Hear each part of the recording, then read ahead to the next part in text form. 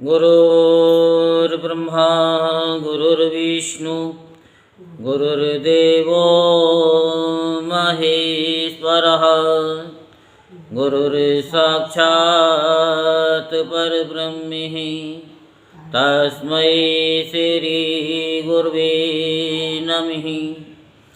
ओम गजाननं भूतगणाधिसेवितं कपितजम्बुफलचारुभक्षणं उमासुतं शोकविनाशकारिकं नमामि विघ्नेश्वरपादपङ्कजम्।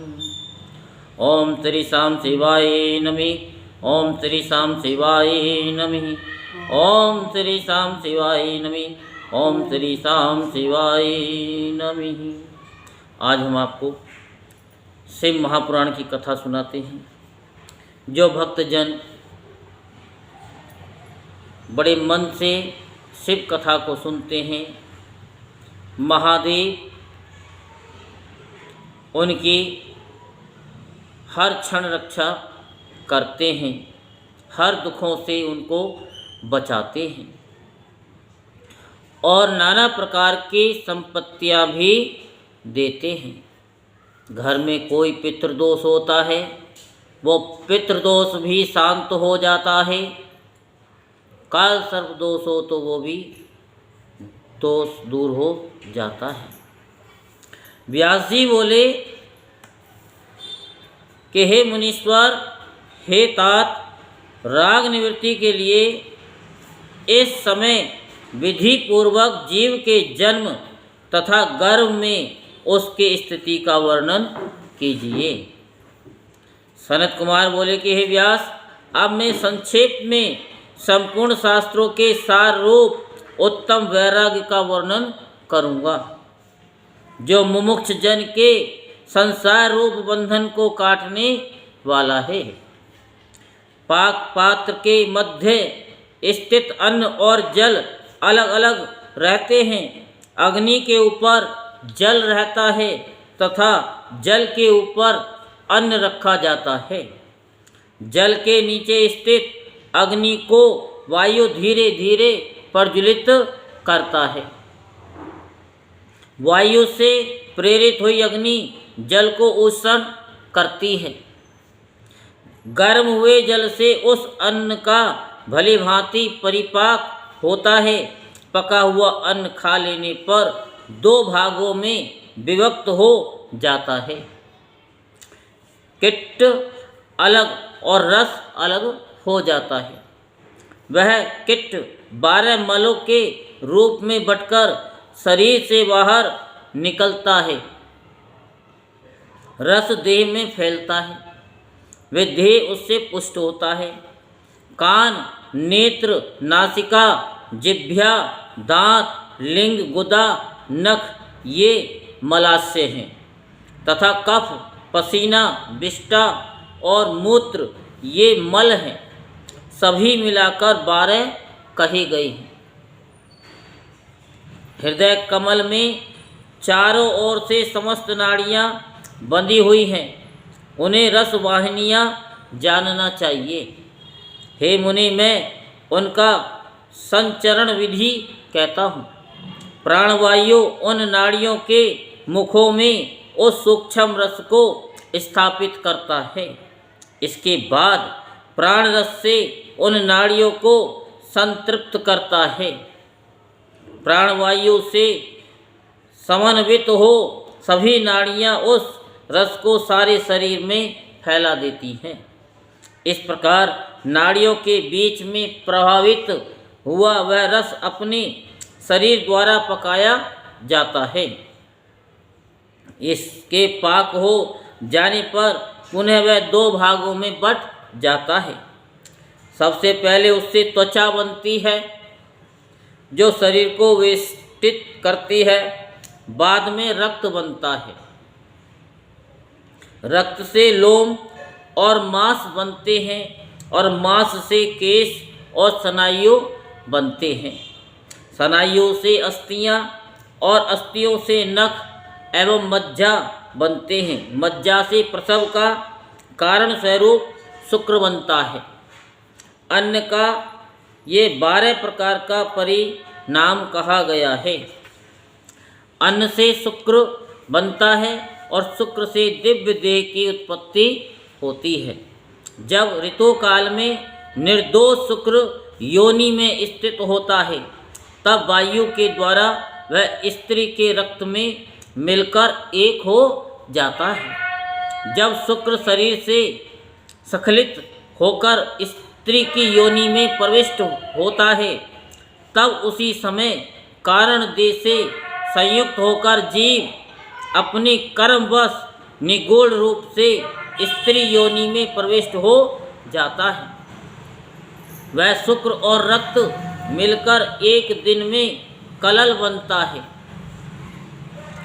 वह कलल 5 रात में बुध के आकार का हो जाता है और बुध 7 रात में मांसपेशी बन जाता है।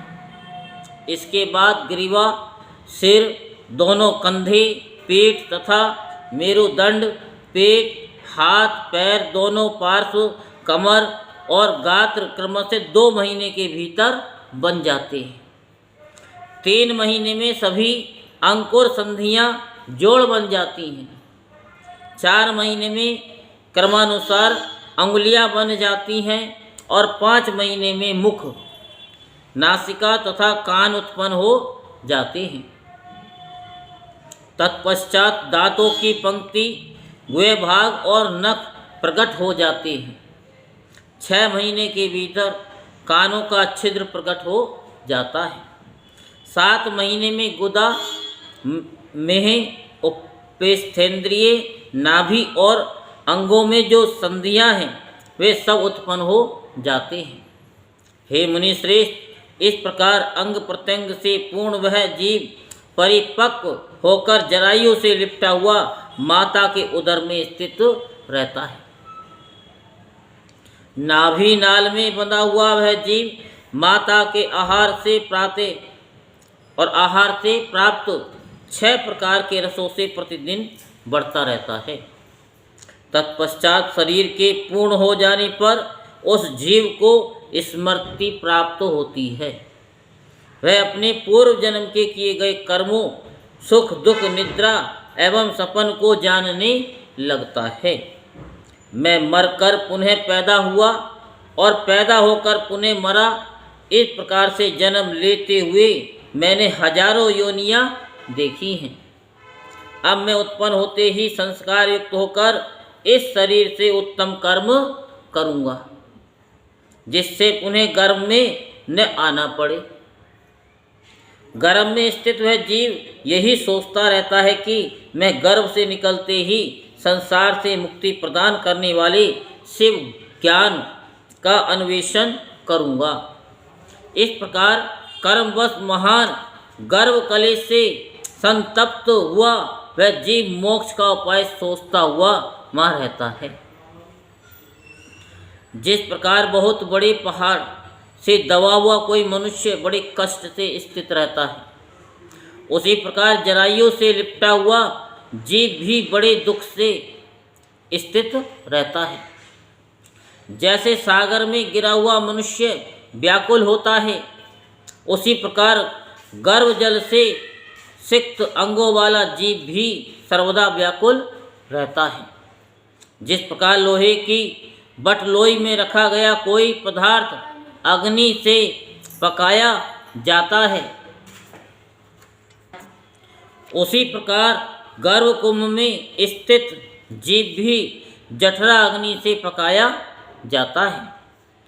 आग में लाल की गई सुइयों से निरंतर बिंधे हुए प्राणी को जो कष्ट होता है, उससे भी अधिक कष्ट वहाँ पर गर्भाशय में स्थित उस जीव को सदा प्राप्त होता रहता है। शरीरधारियों के लिए गर्भवास से बड़ा उद्विग्न करने वाला कष्ट अन्यत्र कहीं नहीं होता। ये दुख महाघोर तथा बहुत संकट देने वाला होता है। मैंने यहाँ केवल पापियों के अत्यधिक दुख का वर्णन किया। धर्मात्माओं का जन्म तो 7 ही मास में हो जाता है, हे व्यास, गर्भ से निकलते समय योनि यंत्र से निपीड़न के कारण महान दुख केवल पापियों को होता है, धर्मात्माओं को नहीं। जिस प्रकार ईख को कोलों में डालकर उसे चारों ओर से पेरा जाने पर उसका निपीड़न होता है, उसी प्रकार पाप रूपी मुदगर से सिर पर प्रहार होने से उन पापियों को दुख होता है। जिस प्रकार कोलू में पेरे जाने पर तिल क्षण भर में निस्सार हो जाते हैं, उसी प्रकार जन्म काल में योनि यंत्र से निपीड़ित होने के कारण शरीर भी अशक्त हो जाता है। इसमें इस शरीर रूपी भवन को स्नायु बंधन से यंत्रित अस्थिपाद रूप तुला स्तंभ के समान रक्त मांस रूपी मिट्टी से लिप्त विष्ठा मूत्र रूपी द्रव का पात्र, केश रोम नखों से ढका हुआ रोगों का घर, आतुर स्वरूप मुख रूपी महाद्वार वाला 8 छिद्र रूपी गवाक्षों से सुशोभित 2 होठ रूपी कपाट वाला जीव रूपी अर्गला से युक्त भोग तृष्णा से आतुर अज्ञान में राग देश के वशीभूत रहने वाला अंग प्रत्यंगों से करवट लेता हुआ जरायु से परिवेष्टित बड़े संकीर्ण योनि मार्ग से निर्गत विष्ठा मूत्र रक्त से सिक्त अंगों वाला विकोशिका से उत्पन्न और अस्थि पंजर से युद्ध जानना चाहिए। इसमें 365 पेशियां हैं और ये सभी और से 3.5 करोड़ रोमों से ढका हुआ है। ये शरीर इतने ही करोड़ सूक्ष्म तथा स्थूल नाड़ियों से चारों ओर से व्याप्त है। ये नाड़ियाँ दृश्य तथा अदृश्य कही गई हैं। ये शरीर स्वेद एवं मधुविहीन नाड़ियों से रहित होकर भी स्वेदादि के रूप में बाहर स्रवित होता रहता है। इस शरीर में 32 दांत बताए गए हैं और 20 नख कहे गए हैं। इसमें पित्त का भाग 1 कुड़व पाव भर जानना चाहिए। कफ का भाग 1 आड़क यानी 4 सेर कहा गया है। चर्बी का भाग 20 पल और कपिला का भाग उसका आधा है। 5.5 पल तुला और मैदा का भाग 10 पल जानना चाहिए। इस शरीर में 3 पल महारक्त होता है और मज्जा उसकी चौगनी होती है।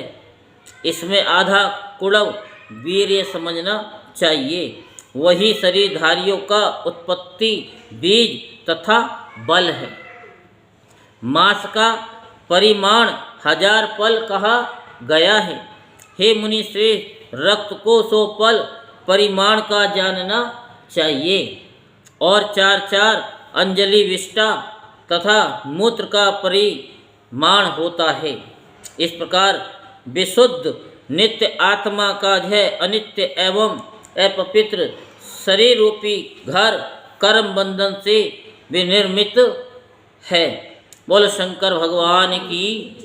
हर हर महादेव, हर हर महादेव, हर हर महादेव, हर हर महादेव, हर हर